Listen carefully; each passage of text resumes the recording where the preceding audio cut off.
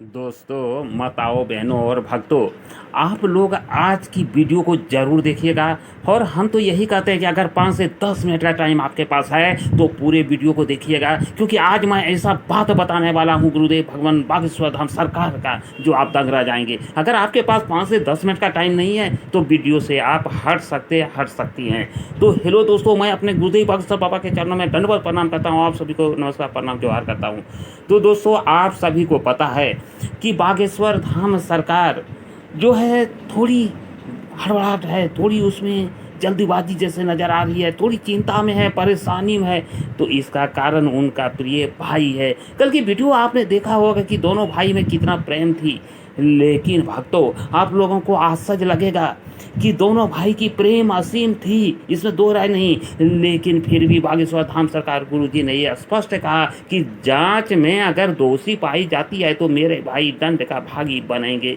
और आपको आश्चर्य तो तब लगेगा जब आप देखिएगा कि 1990 के बाद पहला ऐसा एक संत, ऐसा एक बाबा हुए हैं जिनको आप कह सकते हैं ये युवा है, 27 वर्ष उम्र है। और आप जानकर आश्चर्य लगेगा आपको कि 10,000 भक्तों के बीच में अपने भाई का त्याग कर दिया। लेकिन दूसरी तरफ कल का वीडियो में ये भी बताया कि पुकारा छोटे भाई ने और बड़े भाई दौड़े दौड़े चले गए। बात ये भी सत्य है कि भगवान को अगर कोई दिल से पुकारे तो जरूर उसके पास वो पहुंच ही जाते हैं, वो एक अलग बात है। लेकिन दोस्तों, मैं दोबारा आपको याद दिलाना चाहता हूं कि बागेश्वर धाम सरकार ने यह स्पष्ट कर दिया है कि अगर दोषी है तो कर्म का दंड उसे भोगना पड़ेगा।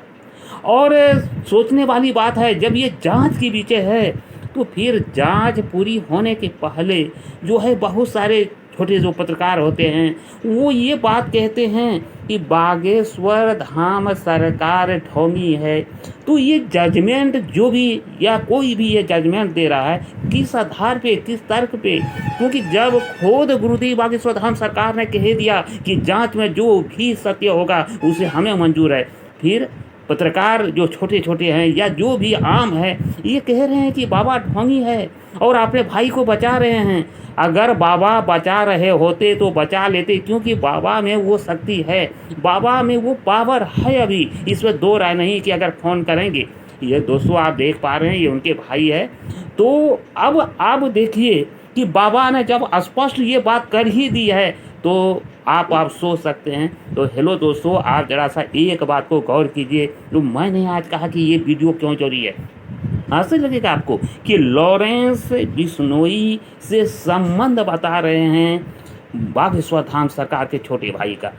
जो मैंने कल कहा आपको कि बागेश्वर धाम का नाम बदल देना चाहता है, तो बहुतों ने सोचा कि ये मैं क्या बोल रहा हूँ। तो सोचिए कि लॉरेंस बिश्नोई का नाम के साथ जो जोड़ रहे हैं, तो ये आश्चर्य आपको लगता है या नहीं?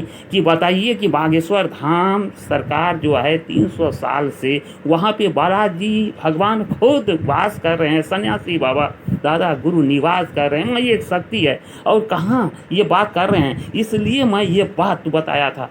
तो ये सुनकर आपको तो जरूर आश्चर्य लगा होगा। दूसरी तरफ आप ध्यान दीजिए कि सनातन से जो विश्वास टूटी हुई थी आम जनों का, तो दोस्तों जब से बागेश्वर धाम सरकार बागेश्वर धाम गुरुजी ने वो झंडा, सनातन का झंडा, हिंदू राष्ट्र का झंडा, हिंदू राष्ट्र बनाने का झंडा, और इतना नहीं राम राज्य बनाने का सपना, अखंड भारत का सपना जो इन्होंने सजाया, दिखाया, सुनाया और सभी ने सुना, आज उसे विश्वास हो चला है कि हाँ आने वाले समय में सनातन जो है पूरे विश्व में छा जाएगा। तो ये बात भी आप लोगों ने अगर ये देख रहे हैं, सुन पा रहे हैं, जान पा रहे हैं, तो ये सिर्फ यही वजह है कि वो सिर्फ गुरुदेव भगवान जो 27 साल का युवा है। आज आप गौर कीजिए कि अगर ये आज चुप हो जाए तो क्या आपको लगता है कि देश हिंदू राष्ट्र होगा, अखंड भारत बनेगा? कदापि नहीं। इसलिए युवा संत, ये युवा जो 27 साल का है, इसने तो इतिहास रच दिया, कमाल कर दिया। तो आज हम आपको दावे के साथ कहते हैं कि मेरे नज़र में बागेश्वर धाम सरकार गुरु जी का इज्जत बढ़ गई है। दोस्तों आपको क्या लगता है, आपके नज़र में गुरु जी बागेश्वर धाम सरकार का इज्जत बढ़ी है या नहीं? अगर बढ़ी है तो ये प्यारा सा कमेंट जरूर करेंगे। तो हेलो दोस्तों, अगर वीडियो आपको थोड़ी सी भी पसंद आ रही है तो वीडियो को लाइक कर दीजिएगा, चैनल को सब्सक्राइब कर लीजिएगा और उषा घनश्याम ब्लॉग चैनल का सदस्य बनिएगा। और दोस्तों आप सोचिए कि 18 से 22 घंटे तक लोगों की दुखों को दूर करने वाला, सेवा करने वाला, विभूति बांटने वाला, जो आपने नींद को त्याग कर देते हैं। और अगर लोग कहते हैं कि नहीं 18 से 22 घंटा तक वो नहीं जगते हैं, ये झूठ है। अच्छा मान लीजिए थोड़ी देर के लिए झूठ है, तो फिर ये भी तो सत्य है कि बाबा के दरबार में लाखों, कई लाखों की संख्या में जमा होते हैं भक्त और वहाँ पे पेशी भी लगाते हैं। आखिर कुछ तो ऐसी बात है जो कि लाखों, कई लाखों की संख्या में वहाँ पेशी लगाने के लिए जाते हैं, तो ऐसे ही नहीं लगाते हैं। फिर भी जिसे ये लगता है कि नहीं ऐसे ही लगाते हैं, तो उसके लिए बागेश्वर धाम सरकार के पर विश्वास करना ना विश्वास करना उसकी आस्था पर और उसकी भक्ति पर निर्भर करता है। दोस्तों कहा जाता है कि बागेश्वर धाम सरकार का नाम धीरेन्द्र कृष्ण शास्त्री उनका नाम है। और आज जो उन्होंने सनातन धर्म का झंडा उठाने का जो संकल्प लिया, निर्णय लिया है, आज हिंदू राष्ट्र बनाने का जो संकल्प और निर्णय लिया है, दोस्तों उनकी जो है इतनी ज़्यादा दुश्मनों की संख्या बढ़ गई है कि आज आप सोच नहीं सकते हैं कि आज ये सिर्फ बागेश्वर धाम सरकार ही इसे संभाल पा रहे हैं बालाजी की कृपा से। बाकी इतनी ज़्यादा संख्या में दुश्मनों की संख्या बढ़ना और फिर उसे संभालना इतना सरल है नहीं।